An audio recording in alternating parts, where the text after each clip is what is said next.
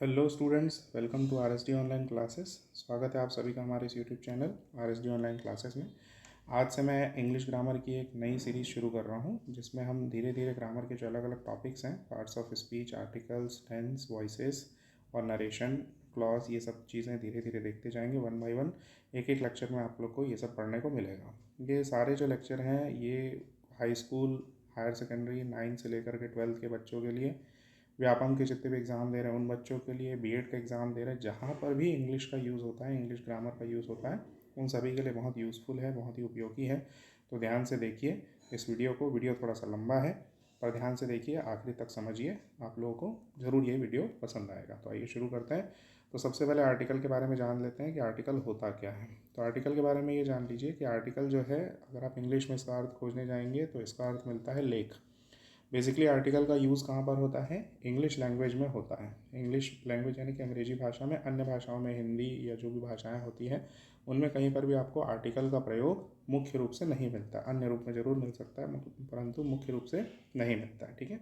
Articles होते क्या हैं? बेसिकली वास्तव में डेमोन्स्ट्रेटिव एडजेक्टिव होते हैं। डेमोन्स्ट्रेटिव एडजेक्टिव कहने का मतलब, एडजेक्टिव हम सभी जानते हैं, विशेषण भी एडजेक्टिव कहते हैं। डेमोन्स्ट्रेट करना मतलब जो दर्शाते हैं, विशेषण जो अपने आप को दर्शाते हैं या किसी संज्ञा को दर्शाते हैं, उनके पहले हम आर्टिकल्स का इस्तेमाल करते हैं। ठीक है।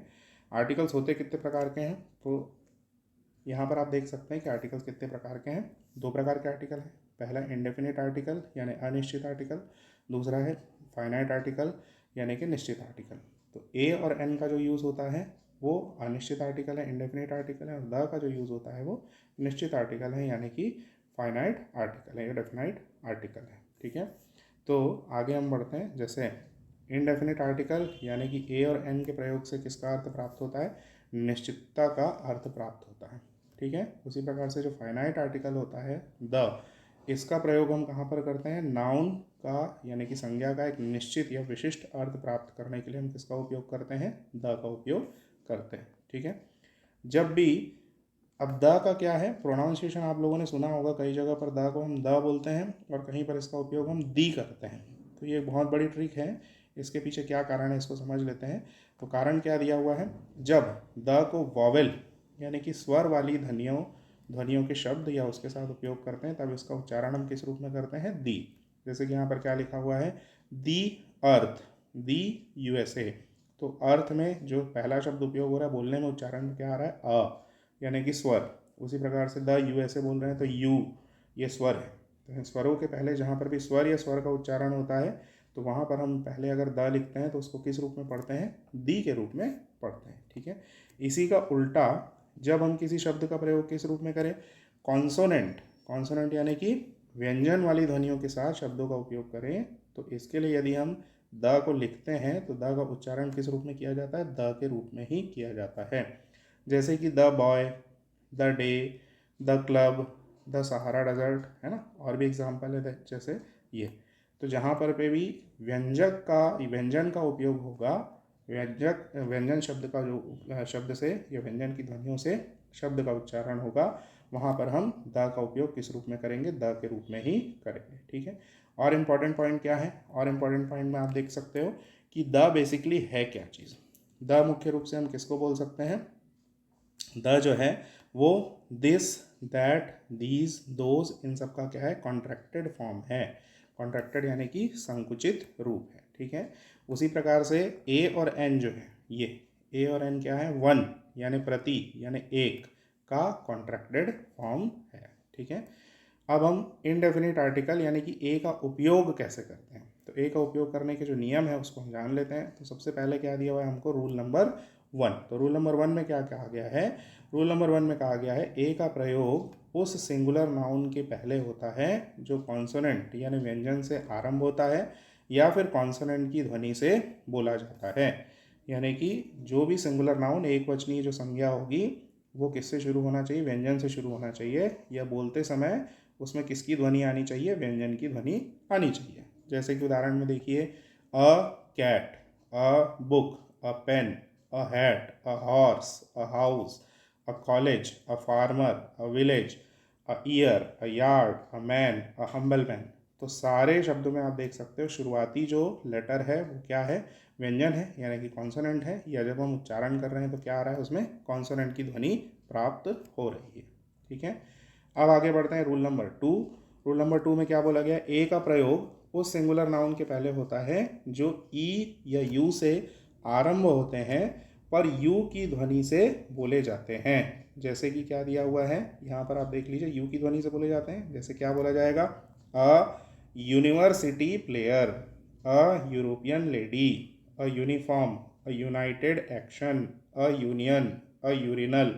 ये सारे जितने शब्द हैं जिसमें हम बोल रहे हैं, बोलते समय जो ध्वनि आ रही है वो किसकी आ रही है, यू यू यू यू, है ना। तो इस प्रकार से यू की ध्वनि आ रही है या ई की ध्वनि आ रही है तो वहाँ पर हम किसका उपयोग करेंगे, अ का उपयोग करेंगे। ठीक है, इसके बाद आते हैं हम रूल नंबर 3 पे। रूल नंबर 3 क्या कहा गया है, ए का प्रयोग उस सिंगुलर नाउन के पहले होता है जो किससे आरंभ होता है, ओ से आरंभ होता है, लेकिन उसका जो उच्चारण है वो किस प्रकार से किया जाता है, व के रूप में किया जाता है। जैसे कि क्या दिया हुआ है देखिए, जैसे कि यहाँ पर दिया हुआ है अ 1 रुपी नोट, अ 1 आइड मैन, अ 1 वे टिकट, अ 1 मैन ट्रिब्यूनल।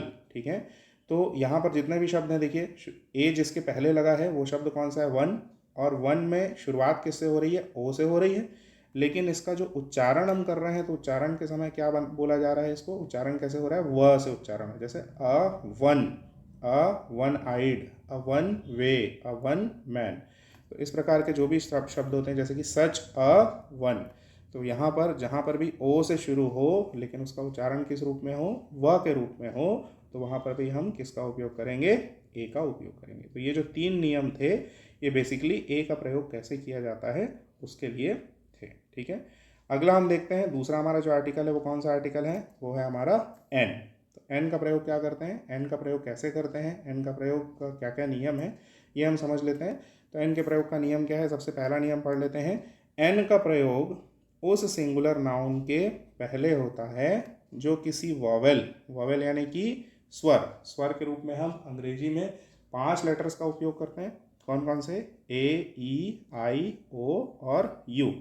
तो जो भी सिंगुलर नाउन या एक वचनीय संज्ञा किससे आरंभ हो, ए ई आई ओ यू से आरंभ हो, और उसकी जो ध्वनि है वो किस प्रकार की ध्वनि है, स्वर की ध्वनि है, या आ ई ये सब हिंदी में जो स्वर हम उपयोग करते हैं आ से लेकर के औ तक के, इस प्रकार की ध्वनि से उसका उच्चारण हो रहा है तो उसके पहले हम किसका उपयोग करेंगे, एन का उपयोग करेंगे। तो कुछ उदाहरण देख लेते हैं, जैसे ये बहुत सारे उदाहरण हैं यहाँ पर। कौन कौन से उदाहरण है, an apple, an egg, an eye, an ear, an eagle, an ink pot, an orange, an umbrella, an owl, an elephant, an army, an armchair, an idiot, an ulcer, an Australian, an American। यहाँ पर ये थोड़ा सा mistake हो गया है, ये N आएगा अमेरिकन, ठीक है, एन इंडियन। तो इस प्रकार के जितने भी शब्द हैं सब में आपने क्या देखा कि जिसका भी हम उच्चारण कर रहे हैं उसमें ध्वनि का यानी कि स्वर का उपयोग है। ए ई ई ई ओ अम आओ ई, इस प्रकार से ध्वनि का उच्चारण हो रहा है। तो ध्वनि का उच्चारण हो रहा है इसलिए इसके सबके पहले हमने किसका इस्तेमाल किया है, एन का इस्तेमाल किया। ठीक है, अब आगे हम देखते हैं रूल नंबर 2 क्या है। एन का प्रयोग उस सिंगुलर नाउन के पहले होता है जो किसी कॉन्सोनेंट से आरंभ होता है पर वॉवेल की ध्वनि से बोला जाता है। अब इसको ध्यान से समझ लेते हैं क्या बोला गया रूल नंबर 2 में। रूल नंबर 2 में ये बोला गया एन का उपयोग कहाँ पर आपको करना है, सिंगुलर नाउन के पहले ही करना है, लेकिन वो शुरुआत किससे हो रही है, शब्द की कॉन्सोनेंट से हो रही है यानी व्यंजन से हो रही है, लेकिन उच्चारण करते समय हम उसको जब बोल रहे हैं तो बोलते समय उसकी ध्वनि कैसी आ रही है, एक स्वर के रूप में आ रही है। जैसे कि उदाहरण के रूप में आप देख सकते हैं यहाँ पर कौन कौन सा है, जैसे एन एम पी। अब यहाँ पर शुरुआत किससे हो रही है शब्द की, एम से। एम क्या है, कॉन्सोनेंट है यानी कि व्यंजन है, लेकिन जब हम बोल रहे हैं तो कैसे बोल रहे हैं, एम एम पी। ठीक है, वैसे ही N M A M A, N S H O S H O, N M L A M L A, N N N C C cadet, N S P, N L plate. तो सारे इसमें उदाहरण जो है इसमें आपने देखा कि जो शब्द दिए हुए हैं इनकी शुरुआत हो रही है व्यंजन से, एम एस एम एन, ये सब व्यंजन है, लेकिन बोलते समय जब हम इसका उच्चारण कर रहे हैं तो ध्वनि जो आ रही है वो किसकी आ रही है, स्वर की ध्वनि आ रही है। तो ऐसे शब्दों के पहले भी किसका इस्तेमाल किया जाता है, एन आर्टिकल का उपयोग किया जाता है। ठीक है, अब इसमें एक बहुत इंपॉर्टेंट चीज़ ये है, इंटरेस्टिंग चीज़ ये है कि इन एब्रीविएशंस के फुल फॉर्म के पहले यह नियम लागू नहीं होता है। ये सारे क्या है, शब्द संक्षेप हैं। जैसे एम ए देखोगे, एम पी देखोगे, ये सारे शब्द संक्षेप हैं। S H O, M L A, ये सब शब्द संक्षेप हैं। इनका फुल फॉर्म देखें तो एम पी का फुल फॉर्म क्या होता है, मेंबर ऑफ पार्लियामेंट। फिर एम ए का फुल फॉर्म क्या होता है, master of arts. S H O का फुल फॉर्म क्या होता है, स्टेशन हाउस ऑफिसर, और ये सब। तो ये सारे जब इनका फुल फॉर्म आप उपयोग करेंगे तो फुल फॉर्म के पहले आप एन का इस्तेमाल नहीं करेंगे, किसका इस्तेमाल करेंगे, ए का इस्तेमाल करेंगे। क्यों, क्योंकि यहाँ पर ए वाला रूल लागू होता है। कैसे लागू हो रहा है, ये कॉन्सोनेंट है एम, तो जब आप इसको बोल रहे हैं मेंबर ऑफ पार्लियामेंट, ठीक है, तो ये कॉन्सोनेंट होने की वजह से यहाँ पर किसका इस्तेमाल हो रहा है, ए का इस्तेमाल। लेकिन जब इसको शब्द संक्षेप के रूप में आप उपयोग करेंगे, जैसे एम पी लिखेंगे आप इस प्रकार से, तो एम पी, तो इस वजह से यहाँ पर क्या इस्तेमाल हो जाएगा, सबसे पहले इसके पहले एन का इस्तेमाल होगा। ठीक है, ये चीज़ ये क्लियर होगा मेरे ख्याल से। अगले रूल पे हम आते हैं, रूल नंबर 3। एन का प्रयोग उस सिंगुलर नाउन के पहले होता है जो साइलेंट ह से आरंभ होता है। क्या बोला गया है, एन का प्रयोग उस सिंगुलर नाउन के पहले होता है जो साइलेंट ह यानी कि ह को वहाँ पर क्या करना है, आपको उच्चारित नहीं करना है। ठीक है, साइलेंट कर देना है, उसको बोलना नहीं है। जैसे देखिए उदाहरण क्या दिया हो, जैसे दिया an hour, an honest man, an air, an heirloom, an honour, an honourable man. सब की शुरुआत जो हो रही है वो एच से हो रही है, लेकिन बोलते समय क्या हो रहा है, hour, honest, air, heirloom, H का कहीं पर भी ह का उच्चारण नहीं हो रहा है, तो इसलिए हम इनके सब पहले क्या लगाते हैं, एन का उपयोग करते हैं। ठीक है, तो ये एक नियम हुआ। इसके बाद अगले में आ जाते हैं, बहुत एक इंपॉर्टेंट पॉइंट यहाँ पर दिया हुआ है। क्या पॉइंट दिया हुआ है, ये पॉइंट को आप पढ़ लीजिए। जैसे कुछ फ्रेजेस यानी कि वाक्यांश, या कुछ प्रोफेशन यानी क्या होता है, जो नौकरियां होती हैं या कार्य होते हैं, क्रिया मतलब जो काम आप करते हैं उनको बोलते हैं प्रोफेशन। तो इनके साथ भी इनडेफिनाइट आर्टिकल का प्रयोग किया जाता है। जैसे कि फ्रेजेस क्या हो सकते हैं, फ्रेजेस वाक्यांश देखिए, जैसे क्या दिया हुआ है, अ फ्यू, तो अ फ्यू मतलब कम, तो कम के पहले भी हम किसका उपयोग कर रहे हैं, ए का उपयोग कर रहे हैं। अ लिटिल यानी कि थोड़ा, तो उसके पहले भी ए का उपयोग कर रहे हैं। अ लॉट यानी कि बहुत सारा, तो उसके पहले भी हम ए का उपयोग करें। तो ये फ्रेजेस हो गए, ठीक है, वाक्यांश हो गए। कुछ प्रोफेशंस हैं, प्रोफेशन यानी कि कार्य हैं, जैसे कि a clerk, a doctor, a teacher, a peon, a sweeper, executor, an executor, ठीक है, और एन ऑपरेटर, एन आर्टिस्ट, ये सारे। तो इन सब के पहले भी किसका इस्तेमाल हो रहा है, ए और एन का इस्तेमाल हो रहा है, इस प्रकार से। ठीक है, तो ये एक रूल हुआ। और क्या एक इंपॉर्टेंट पॉइंट है इसमें, एक और इंपॉर्टेंट पॉइंट दिया हुआ है, केवल काउंटेबल सिंगुलर नाउन के साथ ए और एन का उपयोग होता है। काउंटेबल मतलब कि जिसको आप काउंट कर सकते हैं, गिन सकते हैं। ऐसे जो सिंगुलर नाउन है, एक वचनीय जो संज्ञा है, उनके साथ किसका उपयोग होता है, ए और एन का उपयोग होता है। ठीक है, ये चीज़ है ना। अब आगे बढ़ते हैं अगले वाले रूल पे। अगला रूल क्या बोला गया है, ए एन सभी जेंडर्स के लिए एक जैसे प्रयोग होते हैं। मतलब जेंडर के ऊपर डिपेंड नहीं करता है ए और एन का उपयोग करना, यानी कि वो स्त्रीलिंग है कि पुल्लिंग है ना, यानी कि मैस्कुलाइन जेंडर है या फेमिनाइन जेंडर है, इसके ऊपर डिपेंड नहीं करता। जैसे कि अ मैन, अ वुमेन, तो दोनों ये देख सकते हैं, फेमिनाइन, ये मैस्कुलाइन जेंडर हो गया, फेमिनाइन जेंडर हो गया, लेकिन दोनों के लिए हम किसका इस्तेमाल कर रहे हैं, ए का इस्तेमाल कर रहे हैं। जैसे कि एन एक्टर, एन एक्ट्रेस, ये मैस्कुलाइन हो गया, फेमिनाइन हो गया, ये पुल्लिंग हो गया, ये स्त्रीलिंग हो गया, लेकिन इसके पहले हम किसका इस्तेमाल कर रहे हैं, एन का इस्तेमाल कर रहे हैं। ठीक है, तो ये सारी चीज़ें। ठीक, चलिए आगे बढ़ते हैं। तो आगे बढ़ने के बाद एक और रूल देख लेते हैं। हाँ, जहाँ भी ए एन का प्रयोग कैसे करना है ये समस्या आ रही है, तो आप सीधे सीधे किस पर ध्यान दीजिए, उच्चारण पर ध्यान दीजिए, स्पेलिंग पर आपको ध्यान नहीं दे रहा है। बहुत बार हम फंस जाते हैं कि हमको यहाँ पर किस आर्टिकल का यूज़ करना है, ए का यूज़ करना है कि एन का यूज़ करना है, बहुत बार हम फंस जाते हैं। तो ऐसी स्थिति में आपको किसके ऊपर ध्यान देना है, मुख्य रूप से उच्चारण पर ध्यान देना है। उच्चारण किस प्रकार से हो रहा है, सिंपल है कि अगर उच्चारण किस रूप में हो रहा है, मतलब स्वर की ध्वनियों के साथ हो रहा है, तो सिंपल उसमें एन का उपयोग हो जाएगा, ठीक है। या जैसे एच साइलेंट है उस प्रकार के शब्दों के साथ हो रहा है तो उसमें भी किसका उपयोग हो जाएगा, एन का उपयोग हो जाएगा। और जहाँ पर आप उच्चारण करते समय ये पा रहे हैं कि आपका उच्चारण किससे हो रहा है, व्यंजन की ध्वनियों से हो रहा है या व्यंजन से हो रहा है, तो वहाँ पर आप किसका इस्तेमाल कर देंगे, ए का इस्तेमाल कर देंगे, ठीक है। ए और एन के प्रयोग के और भी महत्वपूर्ण नियम है, ठीक है। अब ये बेसिक जो है, ये हमारे जो क्लास 9 से लेकर के 12 तक के जो बच्चे हैं उनके लिए बेसिक रूल जो है वो काम आते हैं, आगे के रूल भी काम आते हैं। अब कुछ आगे के इम्पॉर्टेंट जो एडवांस रूल हैं और भी जो महत्वपूर्ण नियम है वो भी मैं बता दे रहा हूँ, ताकि और जो परीक्षा की तैयारी करने वाले बच्चे हैं, हमारे व्यापम के बच्चे हैं और बीएड क्लासेस के बच्चे हैं, हायर क्लासेस के जो बच्चे हैं, हायर एजुकेशन के जो बच्चे हैं, उनके लिए भी इंग्लिश ग्रामर का यूज़ होता है, तो उनके लिए भी रूल क्या हो सकते हैं, काम आ सकते हैं, ठीक है। तो और जो इंपॉर्टेंट रूल है उसमें सबसे पहला रूल क्या है, before a newly introduced singular countable noun, यानी कि कोई नया हम एक वचनीय क्या कर रहे हैं, मतलब गणनीय, गणना करने योग्य संज्ञा का अगर हम इस्तेमाल कर रहे हैं तो उसके पहले भी हम क्या कर सकते हैं, ए का मतलब ए का या एन का इस्तेमाल हम कर सकते हैं। कैसे, उदाहरण से समझिए, जैसे आई नीड अ वीज़ा, ठीक है। तो क्या हुआ, ए का इस्तेमाल कहाँ पर हुआ, वीज़ा के पहले हुआ है। तो वीज़ा क्या है हमारा, एक सिंगुलर काउंटेबल नाउन, एक वीज़ा उनको चाहिए, ठीक है, नाउन है और गणनीय है, एक ही चाहिए। तो आई नीड अ वीज़ा, तो उसके पहले किसका इस्तेमाल हो गया, ए का इस्तेमाल हो गया। They live in a flat, तो वो लोग कहाँ रहते हैं, एक फ्लैट में रहते हैं, तो एक गणनीय हो गया और नाउन भी हो गया, तो उसके पहले ए का इस्तेमाल हो गया। ही एट एन आइसक्रीम, उसने एक आइसक्रीम खाई, तो एक आइसक्रीम खाई इसलिए, और क्योंकि आई से इस्तेमाल हो रहा है, क्या चीज़ है ये, वोवेल है, तो उसके पहले किसका इस्तेमाल हो गया, एन का इस्तेमाल हो गया। इसके पहले के दो एग्जाम्पल में क्या थे, वी और एफ, ये कॉन्सोनेंट थे, तो इसके पहले किसका इस्तेमाल हो गया, ए का इस्तेमाल हो गया।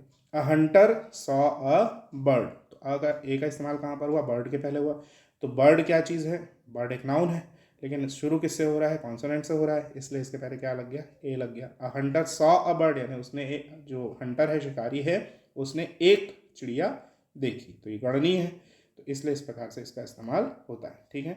नेक्स्ट रूल जो है, before a singular countable noun when it denotes a class, एक सिंगुलर काउंटेबल नाउन यानी कि एक वचनीय जो संज्ञा है जो कि गणनीय हो और वो किसी क्लास यानी कि वर्ग को प्रदर्शित करती है, जैसे कि अ four wheeler must be insured, four wheeler क्या है, एक क्लास, एक वर्ग को दर्शाता है, चार चक्के वाली जितनी गाड़ियां हैं उन सबके वर्ग को दर्शाता है, तो उसके पहले क्या लगा देंगे, ए, और काउंटेबल भी है। दूसरा है a child needs love, child क्या है, पूरे बच्चों के समुदाय का प्रतिनिधित्व कर रहा है, कोई भी बच्चा हो सकता है, गर्ल चाइल्ड, बॉय चाइल्ड, कोई भी हो सकता है, तो उसके पहले हम किसका इस्तेमाल कर रहे हैं, ए का इस्तेमाल कर रहे हैं, ठीक है। रूल नंबर 3 क्या है, before a singular countable noun used as complement, कोई भी सिंगुलर काउंटेबल नाउन जिसका इस्तेमाल हम किस रूप में कर रहे हैं, कॉम्प्लीमेंट देने के रूप में, या है ना, कॉम्प्लीमेंट के रूप में हम कर रहे हैं, ठीक है। जैसे इट वॉज एन अर्थक्वेक, यह एक भूकंप था। शी इज़ अ डांसर, वो एक नर्तकी है। ही इज़ एन एक्टर, वह एक अभिनेता है, ठीक है। तो यहाँ पर देखिए वही बेसिक रूल वही है कि अगर जो उच्चारण करने वाली ध्वनि है वो अगर स्वर है तो उसके पहले एन आ जाएगा, अगर वो एक व्यंजन है यानी कि कॉन्सोनेंट है तो उसके पहले ए आ जाएगा। लेकिन हमको ये देखना है कि वो सिंगुलर होना चाहिए, काउंटेबल होना चाहिए और क्या होना चाहिए, नाउन होना चाहिए, और किस रूप में यूज़ होना चाहिए, कॉम्प्लीमेंट के रूप में यूज़ होना चाहिए, ठीक है। इसके बाद अगले पे आ जाते हैं, अगला रूल क्या है, फॉर एक्सप्रेसिंग अ क्वांटिटी, किसी संख्या या मात्रा को दर्शाने के लिए, तो कैसे उपयोग करेंगे हम, जैसे एग्जाम्पल इसके देखते हैं। एग्जाम्पल में क्या दिया हुआ है, a lot of birds are flying, lot of birds, ठीक है, लॉट ऑफ बर्ड्स यानी बहुत सारी चिड़िया क्या कर रही हैं, उड़ रही हैं, तो उसके पहले हमें ए का इस्तेमाल कर लिए। Give me a dozen of bananas, यानी कि मुझे एक दर्जन केले दो, तो केले उसके पहले कितना, एक दर्जन, क्वांटिटी है, तो इसलिए हमने ए का इस्तेमाल कर लिया। We will stay there for a couple of days, कुछ दिनों के लिए, ठीक है, तो कुछ दिनों के लिए, तो उसके पहले हमने किसका इस्तेमाल कर लिया, ए का इस्तेमाल कर लिया। ही faced a great deal of problems, ठीक है, तो उसने क्या किया, ग्रेट डील ऑफ प्रॉब्लम्स, ठीक है, तो यहाँ पर ये ए नहीं आएगा, ठीक है, ये गलत है, ठीक है। ही faced a great deal of problems, ठीक, तो ए कहाँ पर, ग्रेट डील, ग्रेट डील बहुत मुश्किलों का उसने सामना किया, बहुत, तो बहुत एक गणनीय जो संख्या है वो आ गई, तो उसके पहले ए आ गया, ठीक है। तो इस प्रकार से आपको इस्तेमाल करना है, ठीक है। नेक्स्ट रूल जो है वो क्या है, बिफोर सर्टेन नंबर, कुछ संख्याओं के पहले, कैसे, जैसे क्या दिया हुआ है, अ 10 रुपी नोट, ठीक है। तो 10 रुपी, 10 यानी कि एक संख्या हो गई, तो उसके पहले ए का इस्तेमाल हुआ, ठीक है। 100 मैन इन द रूम, 100 एक संख्या हो गई, तो उसके पहले ए का इस्तेमाल हो गया, ठीक है। फिर रूल नंबर 6 देखते हैं, नया रूल क्या बोलता है, फॉर एक्सप्रेसिंग प्राइस यानी कि मूल्य, स्पीड यानी कि गति, रेशियो यानी कि अनुपात, और फ्रीक्वेंसी यानी कि बारंबारता या फिर आवृत्ति, वहाँ पर जब भी किसी भी वाक्य में इन शब्दों का उपयोग हो जो क्या दर्शाता हो, मूल्य, गति या फिर अनुपात या फिर फ्रीक्वेंसी, बारंबारता को दर्शाता हो, तो हम किसका उपयोग करेंगे, ए का उपयोग करेंगे। कैसे करेंगे देखिए, तो ए का उपयोग करने के लिए जैसे हम क्या बोलते हैं, rice sells 7 rupees a kilo. तो राइस बेचा जा रहा है किस मूल्य पर, 7 रुपये प्रति किलोग्राम के मूल्य पर। तो ए किसका कहाँ पर उपयोग हुआ, ये मात्रा हो गई, ठीक है। उसके बाद क्या है, the bike runs 60 kilometre an hour. तो जो बाइक है वो कितने स्पीड से चल रही है, 60 किलोमीटर एन आवर, ठीक है। तो 60 किलोमीटर एन आवर प्रति घंटे के हिसाब से वो चल रही है, तो जहाँ पर प्रति के रूप में उपयोग हुआ तो आवर के पहले हमने लगाया, 60 किलोमीटर के पहले नहीं लगेगा, आवर के पहले लगेगा। क्यों, क्योंकि किसको दर्शा रहा है, स्पीड को दर्शा रहा है, ठीक है।